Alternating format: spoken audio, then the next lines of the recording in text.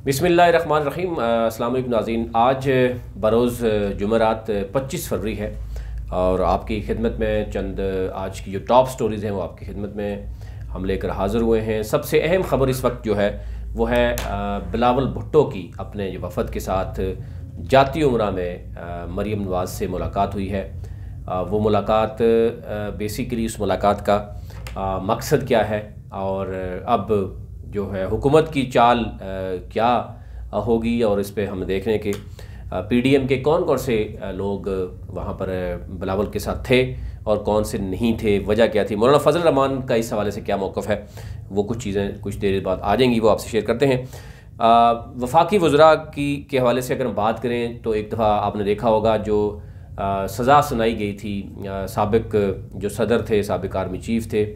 General Parvez Musharraf, उसके ख़िलाफ़ जो सज़ा सुनाई गई उस पर जो वफाकी वज़रा की तरफ से जो प्रेस की यानी जो प्रेस कॉन्फ्रेंस की गई थी उस पर वज़ीर-ए-आज़म इमरान ख़ान से बयान हल्फ़ी जो है वह तलब किया गया और आज केस की समाअत हुई, वो भी आपके सामने रखते हैं। और इसके साथ साथ खुफिया बैलेट के ज़रिए ही इलेक्शन होगा। अब एक चीज़ क्लियर हो गई है, अब उसमें किस को नुकसान और किस को फ़ायदा होगा, पीडीएम इससे कितना फ़ायदा उठा सकती है, क्योंकि हमने देखा कि पीडीएम जिसमें मौलाना फजल रहमान, पीपल्स पार्टी, नून लीग, ये तो वो बड़ी तीन जमातें हैं जो जिन्होंने बहुत इस पर कंपेन की कि खुफिया बैलेटिंग ही होनी चाहिए। आल्दो के पीपल्स पार्टी और नून लीग पहले से ही ये कहती रही हैं कि खुफिया बैलेटिंग से जो है वो निकलना चाहिए और ओपन बैलेटिंग होनी चाहिए, जो इनकी आपस में अंडरस्टैंडिंग है उसमें भी। लेकिन अब क्योंकि तहरीक इंसाफ का मामला था और ये कहा जा रहा था कि खुफिया बैलेटिंग से हुकूमत को नुकसान होगा और पीडीएम को फ़ायदा होगा, अब देखना ही होगा किस हद तक फ़ायदा होगा। 1 मार्च से तमाम स्कूल, कॉलेज, यूनिवर्सिटीज़ और उसमें जो हम देख रहे हैं कि बच्चों के हवाले से बात होती थी कि एक दिन उन्होंने आना है, एक दिन नहीं आना, फिर इस तरह रेस्टोरेंट्स थे और बाकी तमाम ऑफिस हैं वो ओपन करने का बाकायदा तौर पर जो है वो ऐलान किया जा रहा है। और रेस्टोरेंट जो कि हम देख रहे हैं कि ओपन बैठने की, बाहर बैठने की इजाज़त थी लेकिन अंदर बैठने की इजाज़त नहीं थी, जिसको बाकायदा तौर पर अब ओपन किया जा रहा है। और ये भी बड़ी खुशखबरी है पाकिस्तानियों के लिए। और ये भी कहा जा रहा है कि गुज़िश्ता 3 माह में जो गुज़िश्ता एक दिन की रिपोर्ट है कोविड-19 की, गुज़िश्ता 3 माह की अगर उसको देखा जाए तो सबसे कम रेशो थी डेथ की भी और नए आने वाले कोरोना के मरीज़ों के हवाले से भी, उस पर डिटेल से बात करेंगे। सबसे पहले मरीम नवाज़ के साथ बिलावल भुट्टो की वफ़द की मुलाकात हुई है, उसमें कौन कौन लोग मौजूद थे वो आपके साथ शेयर करते हैं। उससे आपको अंदाज़ा हो जाएगा कि मौलाना फजल रहमान का इसमें शामिल ना होना, और इससे पहले भी शुरू में आपने देखा होगा जब स्टार्ट में ही यूसुफ रज़ा गिलानी का नाम आया था कि वो पीडीएम के उम्मीदवार होंगे इस्लामाबाद से। इस्लामाबाद की टोटल 2 सीट्स हैं, एक ख़ातून की है और एक ये अहम सीट है, और उस पर दूसरी तरफ से हुकूमत की तरफ से हफीज़ शेख मद मुकाबल हैं यूसुफ रज़ा गिलानी के ख़िलाफ़। अब लेकिन उस शुरू में ये कहा गया था, ज़राए ने ये भी बताया था कि मौलाना फजल रहमान ने इसकी जो है मुखालफत की, लेकिन बाद में वो खामोश नज़र आए। आज जो चेयरमैन पीपल्स पार्टी बिलावल भुट्टो अपने वफ़द के हमरा उनके साथ वो जाती उमरा पहुँचे, और उनके साथ साथ जो उनके साथ मौजूद थे वो भी आपसे शेयर कर लेते हैं। यूसुफ रज़ा गिलानी क्योंकि इस वक्त उनके उम्मीदवार हैं इस्लामाबाद से, और वो चाहते हैं कि पीडीएम की तमाम तर जमातें जो है वो उनको सपोर्ट करें। और अब ये भी दावा किया जा रहा है उनकी जानिब से, ज़रदारी साहब की जानिब से भी, कि तहरीक इंसाफ, काफ लीग और एमक्यूएम के भी कुछ लोग और दीगर जो आज़ाद हुकूमत के इत्तेहादी हैं उनसे भी तोड़ने में वो कामयाब होंगे। अब खुफिया बैलेटिंग होगी, डेफिनेटली बड़ा सरप्राइज़ हो सकता है दोनों तरफ से, हुकूमत की तरफ से भी और अपोजिशन की तरफ से भी। अब देखना यह है क्या होगा। एनी हो, यूसुफ रज़ा गिलानी, मखदूम अहमद महमूद उनके साथ मौजूद थे, कमर जमान कायरा थे, चौधरी मंजूर और हसन मुर्तज़ा शामिल थे जो कि पीपल्स पार्टी के वफ़द यानी बिलावल भुट्टो के साथ मौजूद थे। जबकि दूसरी तरफ से एहसन इकबाल मौजूद थे मरीम नवाज़ के साथ, परवेज़ रशीद थे, मरीम औरंगज़ेब थी, राना सनाउल्लाह और साद रफ़ीक शरीक थे। अब आप ये देख सकते हैं दोनों तरफ से कि एक वफ़द पीपल्स पार्टी का जो वफ़द था वो उसमें कौन कौन से लोग मिसिंग थे, और दूसरी तरफ से नून लीग में से कौन से अहम उहदेदार उसमें से मिसिंग थे, उस पर ज़ाहिर बात हो रही है। अब आने वाले दिनों में ज़रा चीज़ें सामने आती हैं कि क्या कोई नाराज़गी थी या कोई उनकी मसरूफ़ियत थी जिसकी वजह से वो शामिल नहीं हो सके। अब उसके बाद प्रेस कॉन्फ्रेंस होती है मुश्तरका, जो आपने देखा, उसमें कहा गया कि इलेक्शन पर मुशावरत के लिए आए हैं और यूसुफ रज़ा गिलानी इंतखाबी मुहिम बहुत अच्छी चला रहे हैं, उन पर एतमाद भी है, ये कहना है शहबाज शरीफ। और नवाज शरीफ का मशकूर भी हूँ, उनका ये कहना था कि दोनों ने उनकी भरपूर हमायत का ऐलान किया है। मज़ीद बिलावल भुट्टो का कहना था कि ज़िमनी इंतखाबात ने साबित कर दिया कि अवाम PDM के साथ हैं, और उन्होंने ये भी कहा कि गिलानी की जीत से साबित होगा कि अवाम और पार्लिमान PDM के साथ हैं और हमें एक गेम से कामयाबी नहीं मिलेगी, मुसलसल जदोजहद करनी होगी। अब ये उनकी तरफ से कहना था। मरीम नवाज़ का कहना था कि बिलावल भुट्टो और इनका वफद आज मुलाकात के लिए आए और हमारी मुस्बत गुफ्तगू जो है वो हुई, और उन्होंने भी बाकायदा तौर पर कहा कि यूसुफ रज़ा गिलानी हमारे मुश्तरका और सबके पसंदीदा उम्मीदवार हैं, हुकूमत की सपोर्ट ख़त्म होती नज़र आ रही है। अब ये उनकी गुफ्तगू है कि सबसे पसंदीदा उम्मीदवार हैं, और यही सब पसंदीदा उम्मीदवार थे जब वज़ीर-ए-आज़म के, तो उस वक़्त के साबिक़ वज़ीर-ए-आज़म नवाज शरीफ उन्होंने ख़ुद, आपको याद होगा, काला कोट पहन कर गए थे, लेकिन क्योंकि सियासत का मामला है और सियासत में और अखलाकियात में बहुत दूर दूर तक फ़र्क यानी आप देखते हैं कि नज़र नहीं आती। मरीम नवाज़ ने कहा कि इमरान खान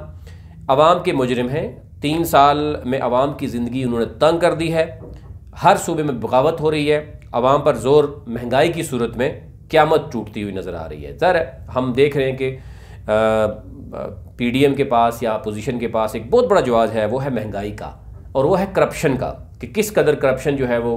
निचली सतह पर हो रही है और महंगाई भी उस तरीके से कंट्रोल नहीं हो पा रही, जिसकी वजह से एक बड़ा एज उनके पास मौजूद है, लेकिन वो शायद ये अपनी जो मुख्तलिफ केसेस की वजह से वो इस तरीके से इस पर बात भी नहीं कर पा रहे। एनी हाउ, अब देखना यह है कि एक तो पहले भी बात हुई थी कि बैलेटिंग जो है वो बड़ा अहम रोल प्ले करेगी, कि वो खुफिया होगी या ओपन होगी। अब देखना यह है कि इसमें जो बाकी चीज़ें हैं वो क्या रंग लाएंगी, क्या चीज़ें दिखाएंगी। अगर खुफिया बैलेटिंग होती है तो उससे किस पार्टी को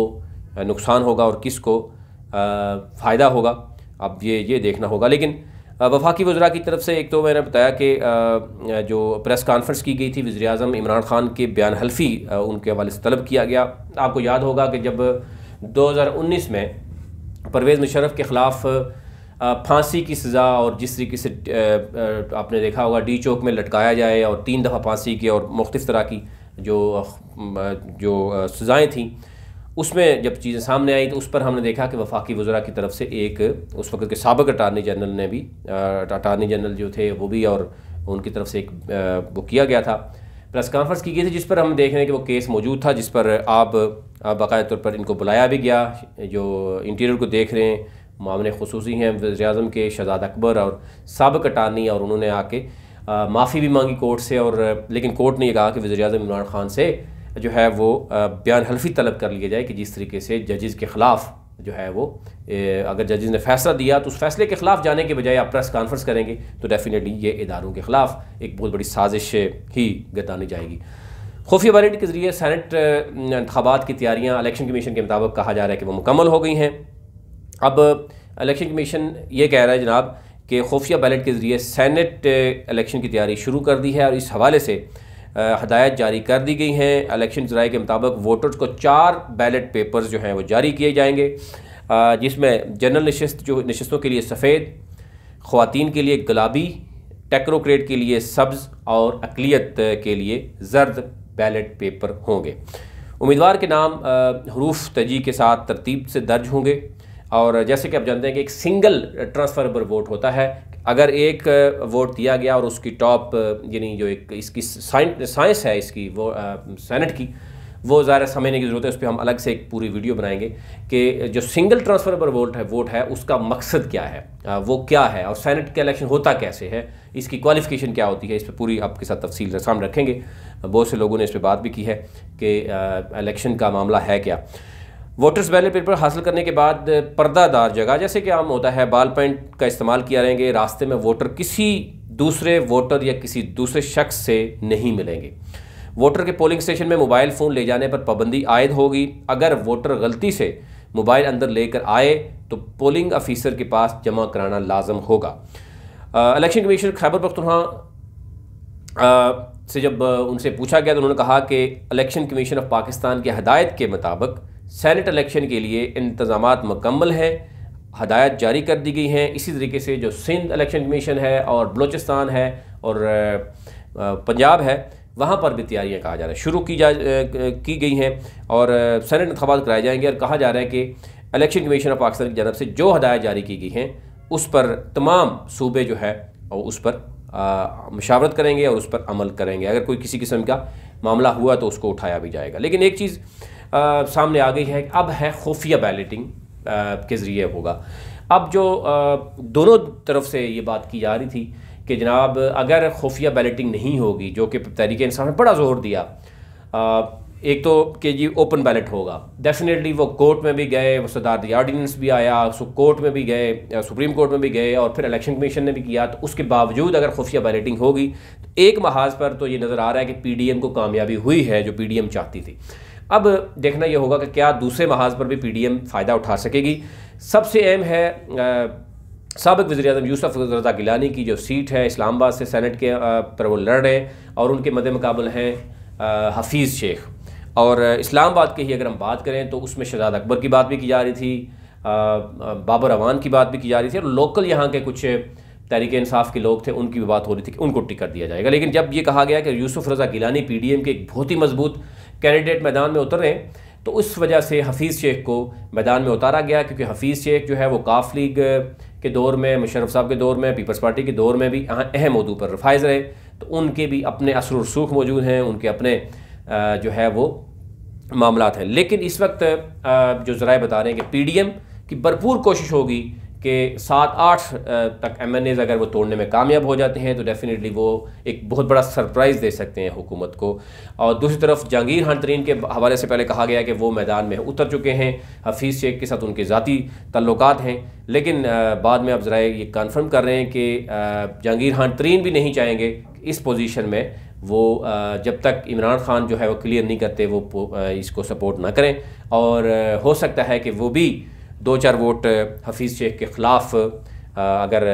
हुए तो हो सकता है वो भी कर भी दें और एक सरप्राइज़ दिया जा सकता है इमरान खान के लिए भी और ये मामला गड़बड़ भी हो सकता है। अब देखना यह है कि 2-3 मार्च बहुत ही अहमियत का अमल होगा, उस दिन ये चीज़ें सामने आ जाएंगी। अभी तक लिए इतना ही। चैनल को ज़रूर सब्सक्राइब करें ताकि नई आने वाली वीडियो आप तक पहुँच सके। और अब अगला इंशाल्लाह हम आप तक एक पूरा एक कम्प्रीहेंसिव